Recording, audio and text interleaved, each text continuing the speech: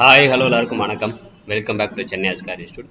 நம்ம என்ன பார்க்க போகிறோம் அப்படின்னா பார்க்கும்போது நம்ம ஆல்ரெடி இந்த சமூக நலம் மற்றும் பார்க்கும்போது மகளிர் உரிமைத்துறை சரிங்களா. அப்போ இது சார்ந்து சில ஸ்கீம்ஸ் அதாவது திட்டங்கள் நம்ம பார்த்தோம் சரிங்களா. அப்போ அதனுடைய தொடர்ச்சியாக பார்க்குறப்ப பார்ட் 3 சரிங்களா.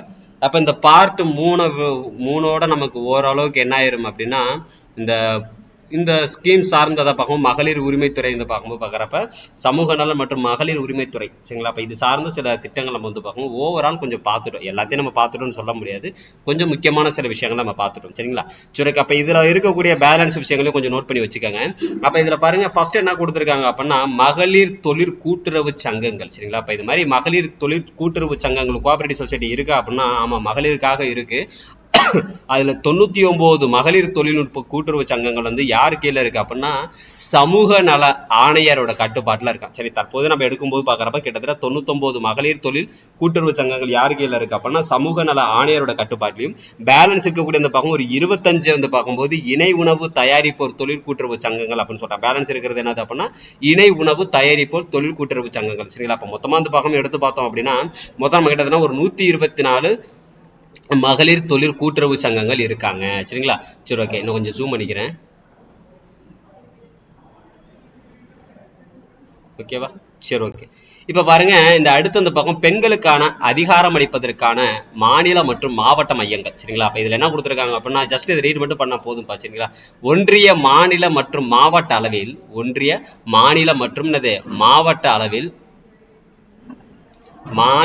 மாவட்ட அளவில் துறைகளுக்கிடையே பெண்களுக்கான திட்டங்களை ஒருங்கிணைத்து பெண்களின் வளர்ச்சிக்கு வழிகாட்டுதல் மற்றும் உதவுவதை நோக்கமாக கொண்டுள்ளது சரிங்களா. அப்ப இந்த திட்டத்தோட பக்கம் இதனுடைய முக்கியமான வேலை, இந்த மையத்தோட வேலை என்னன்னா பெண்களுக்கு அதிகாரம் அளிப்பதற்கான மாநில மற்றும் மாவட்ட மையங்கள் எதுக்காக கொண்டு வந்திருக்காங்க, ஸ்டேட் கவர்மெண்டா இருக்கும், சென்ட்ரல் கவர்மெண்டா இருக்கட்டும் சரிங்களா. பிளஸ் பக்கம் டிஸ்ட்ரிக்ட் லெவலில் இருக்கக்கூடிய எல்லா பெண்களுக்கான ஸ்கீம்ஸ் எல்லாம் என்னென்ன பெண்கள் சார்ந்து வரக்கூடிய திட்டங்கள் என்னென்ன இருக்கோ அதை எல்லாத்தையுமே பார்க்கும்போது சரியான வழிகாட்டுதலோடு அவங்களுக்கு உதவக்கூடிய வகையில் பார்க்கும்போது பெண்களுக்கு கொண்டு போய் சேர்க்கணும் அப்படிங்கிறது நோக்கமா இந்த மையங்கள் பார்க்கும்போது பார்க்குறப்ப திறக்கப்பட்டிருக்கு சரிங்களா. சரி, அடுத்து பாருங்க தமிழ்நாடு மாநில மகளிர் கொள்கை 2024 சரிங்களா. அப்ப இதுல பார்த்தோம் அப்படின்னா பெண்கள் அதிகாரம் பெறுதல், அவரது உரிமைகளை புரிந்து கொள்ளுதல், தங்களது பொறுப்புகளை திறம்பட செய்தல் ஆகையால் இக்கொள்கையில் திட்டமிடப்பட்டுள்ளது. அதாவது பெண்களோட அதிகாரம் அப்படிங்கிறது எதை பேஸ் பண்ணி சார் இருக்குன்னா ஒண்ணு அவங்களோட உரிமைகளை புரிஞ்சுக்கணும் சரிங்களா. அது மட்டும் இல்லாம தங்களோட பொறுப்புகளை திறம்பட அவங்க செய்ய விடணும் சரிங்களா. இதெல்லாம் தான் சொல்றாங்க. அப்ப தமிழ்நாடு மகளிர் ஆணையம் எப்ப தொடங்கப்பட்டுச்சு அப்படின்னா ரொம்ப ரொம்ப முக்கியம் 2008 சரிங்களா. ஆமா, ரொம்ப முக்கியம். ஆல்ரெடி கேட்கப்பட்ட ஒரு வினா, தமிழ்நாடு மகளிர் ஆணையம் எப்ப தொடங்கப்பட்டுச்சு அப்படின்னா பார்க்கணும். எப்ப துவங்கப்பட்டுச்சு 2008ல. வரதட்சணை தடுப்பு சட்டம் எப்ப சார் வந்துச்சு அப்படின்னா 1961. இதுவுமே ஆல்ரெடி கேட்டிருக்காங்க சரிங்களா. வரதட்சணை தடுப்பு சட்டம். அடுத்து பாருங்க குடும்ப வன்முறையிலிருந்து பெண்களை பாதுகாக்கும் சட்டம் அப்படிங்கிறது எப்ப கொண்டு வரப்பட்டுச்சுன்னா 2005 சரிங்களா.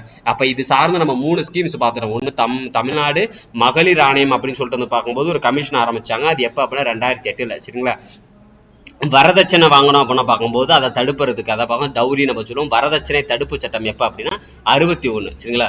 குடும்ப வன்முறையில் இருந்து பெண்களை பாதுகாக்கும் சட்டம் அப்படின்னு நம்ம எடுத்தோம் அப்படின்னா 2005 சரிங்களா. குடும்ப வன்முறையிலிருந்து பெண்களை பாதுகாக்கக்கூடிய சட்டம் அப்படின்னா 2005.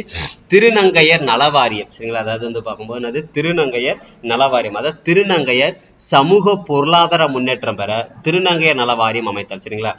அதாவது பார்க்கும்போது பார்க்கறப்ப திருநங்கையர் நலவாரியம் அப்படின்னா திருநங்கையர் இங்க பாருங்க திருநங்கை நலவாரியம் எதுக்கு சார் தொடங்கப்பட்டு ஸ்டார்ட் பண்ணாங்க அப்படின்னா அவங்களுடைய சமூக பொருளாதார முன்னேற்றத்தை அவங்க பக்கம் பெறணும் அப்படிங்கிறதுக்காக நம்ம திருநங்கையர் நலவாரியம் அப்படிங்கிற ஒரு விஷயத்தை நம்ம ஆரம்பிச்சோம் சரிங்களா.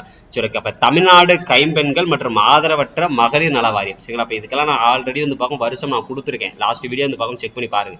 தமிழ்நாடு கைம்பெண்கள் மற்றும் கைவிடப்பட்ட பெண்கள், திருமணமாகாத பெண்கள் நலனுக்காக 2022 பார்க்கும்போது பார்க்கறப்ப இந்த வாரியத்தை ஆரம்பிச்சிருக்காங்க சரிங்களா. சரி, அப்ப பாருங்க அப்ப இந்த தமிழ்நாடு கைம்பெண்கள் மற்றும் ஆதரவற்ற மகளிர் நலவாரியம் அப்ப நம்ம சொன்னோம் அப்படின்னா இந்த வாரியம் எப்ப சார் தொடங்கப்படுது அப்படின்னா எப்போ தொடங்கப்படுது இந்த வாரியம் 2022 பார்க்கும்போது பார்க்கறப்ப ஸ்டார்ட் ஆகுது சரிங்களா. எப்ப ஸ்டார்ட் பண்றாங்க 2022 பார்க்கும்போது தொடங்குறாங்க. அடுத்து மகளிருக்கான சமூக சட்டங்கள், அதாவது வரதட்சணை தடை சட்டம் எப்ப அப்படின்னா 1961 தான் பார்த்தோம் சரிங்களா.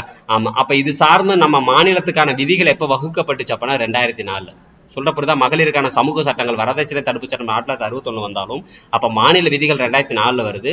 குடும்ப வன்முறையிலிருந்து பெண்களை பாதுகாக்கிற சட்டம் என்ன 2005 நம்ம படிச்சோமா?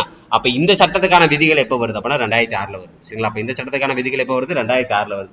பணியிடங்கள்ல பெண்களுக்கு ஏற்படக்கூடிய இந்த பாலியல் துன்புறுத்தல் அதாவது வந்து பார்க்கும்போது அதை தடை செய்யணும், தடுக்கணும், பிளஸ் தீர்வு காணணும். சரியா? அப்ப இதுக்காக வந்து பார்க்கும்போது 2013 மற்றும் விதிகள் அதை பார்க்கும்போது 2013 சட்டம் கொண்டு வந்திருப்பாங்க. மற்றும் விதிகள் அப்ப நம்ம எடுத்தோம் பண்ண பார்க்கும்போது அதுவுமே இந்த வருஷம் தான் 2013 தான். சரிங்களா? பணியிடங்கள்ல பெண்களுக்கு ஏற்படும் பாலியல் துன்புறுத்தல் தடை தடுப்பு மற்றும் தீர்வு சட்டம். சரிங்களா? அப்ப 2013 மற்றும் என்னது விதிகள் 2013 தான். இப்ப இதுல பாருங்க தமிழ்நாடு விதிகள் மற்றும் இல்லங்கள் சட்டம் 2014. தமிழ்நாடு விடுதிகள் மற்றும் இல்லங்கள் சட்டம் அப்படின்னா 2014 வந்து பார்க்கும்போது கொண்டு வந்திருக்கோம். அப்ப இது எல்லாமே சட்டம் தான், டைரக்டா கேட்கலாம். சரிங்களா? இதுல கண்டென்ட் நம்ம எக்ஸ்பிளைன் பண்றதுக்கு ஒண்ணுமே கிடையாது. சரிங்களா? பிளஸ் மாநில விதிகள் எப்ப அப்படின்னா 2015. சரிங்களா? சரி, அடுத்து பாருங்க குழந்தை திருமணத்தை தடை செய்யறதுக்கான சட்டம் எப்ப கொண்டு வராங்க அப்படின்னா 2006.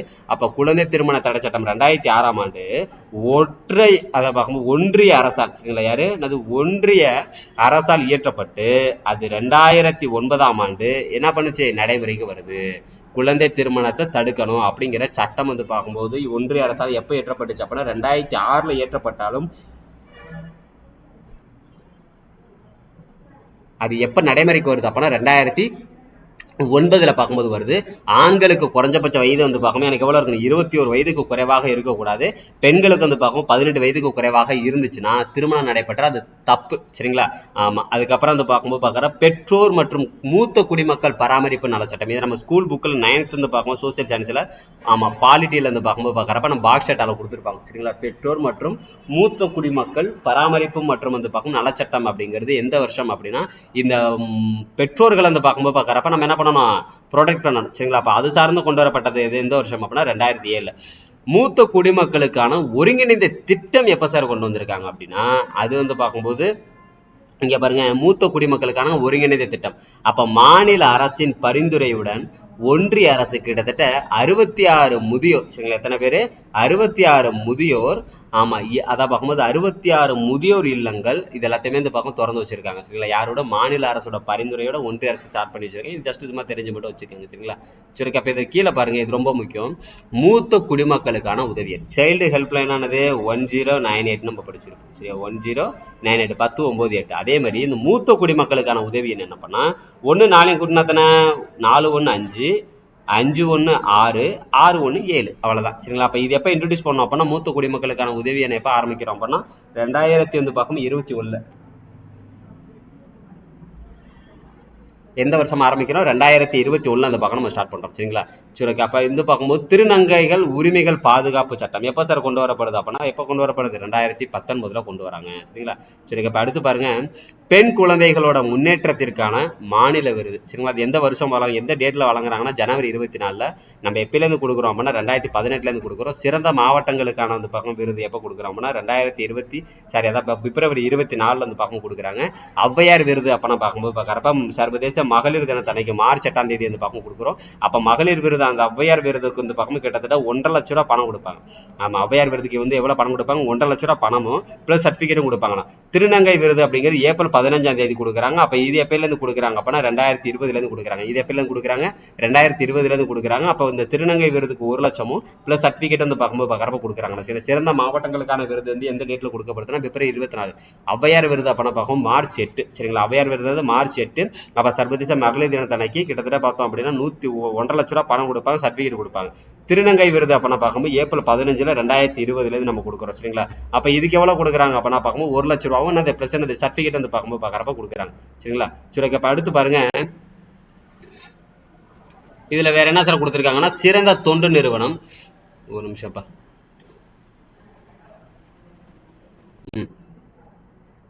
சிறந்த தொண்டு நிறுவனம் மற்றும் சிறந்த சமூக சேவைகள் விருது. சரிங்களா?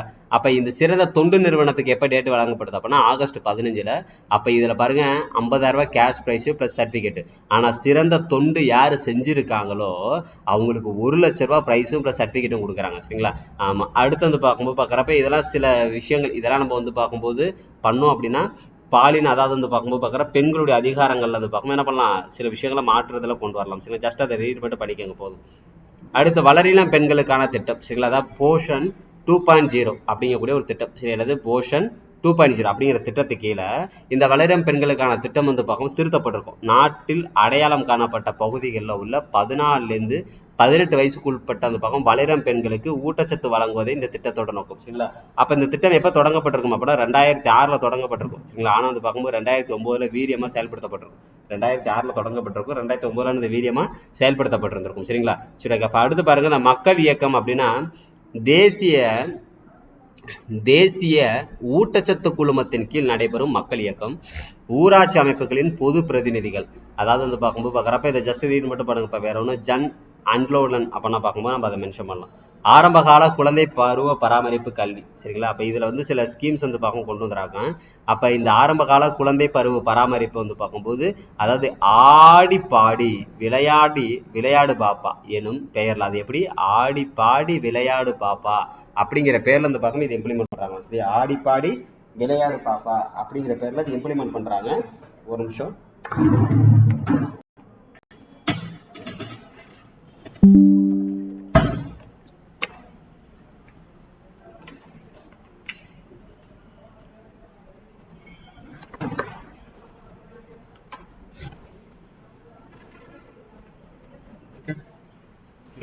ஆடி பாடி விளையாடு பாப்பா அப்படிங்கிற அதன் அடிப்படையில தான் அந்த பக்கமே இதை இம்ப்ளிமெண்ட் பண்றாங்க. அப்ப இதுல வந்து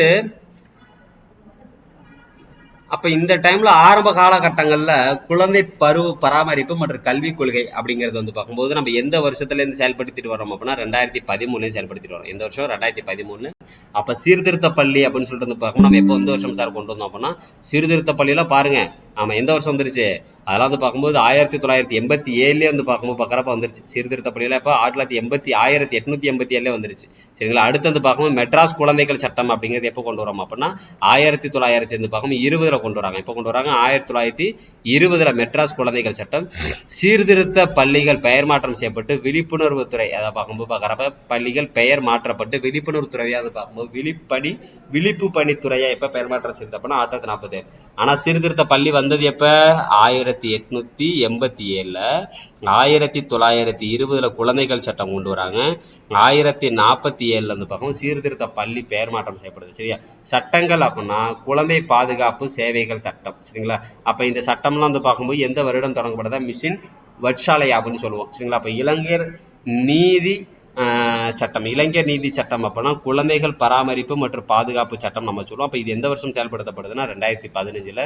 பாலியல் குற்றங்களில் இருந்து குழந்தைகளை பாதுகாக்கக்கூடிய சட்டம் எந்த வருஷம் அப்படின்னா 2012 சரிங்களா. குழந்தை உரிமைகள் பாதுகாப்பு ஆணையம் நம்ம இப்பதான் பார்த்தோம் சரிங்களா. அது வந்து இந்த வருஷம்னா 2005. ஒழுக்க நெறி பிறழ்தல் தடுப்பு சட்டம் 1956 சரிங்களா. இதுல இருக்கக்கூடிய சில ஸ்கீம்ஸ் எல்லாம் கொஞ்சம் நல்லா பார்த்துக்கிட்டோம் அப்படின்னா இப்போ இதுல இருந்து நமக்கு வினாக்கள் வருது சரிங்களா. அப்ப டேரக்டா என்ன பண்ணலாம், இந்த வினாக்களே அவங்க டேரக்டா கேட்கலாம், அதுக்கான பாசிபிலிட்டி அதிகமா இருக்கு சரிங்களா. சரி ஓகே, அதனால வந்து பார்ப்போம் கொஞ்சம் முடிஞ்சா உங்களுக்கு குறிப்பு கொஞ்சம் எடுத்து அது எழுதி வச்சுட்டு நீங்க எடுக்கும்போது பாக்குறப்ப உங்களுக்கு அடுத்து ரிவிஷன் பண்ண ஈஸியா இருக்கும் சரிங்களா. சரி ஓகே, நம்ம அடுத்த வீடியோல பார்ப்போம். தேங்க்யூ.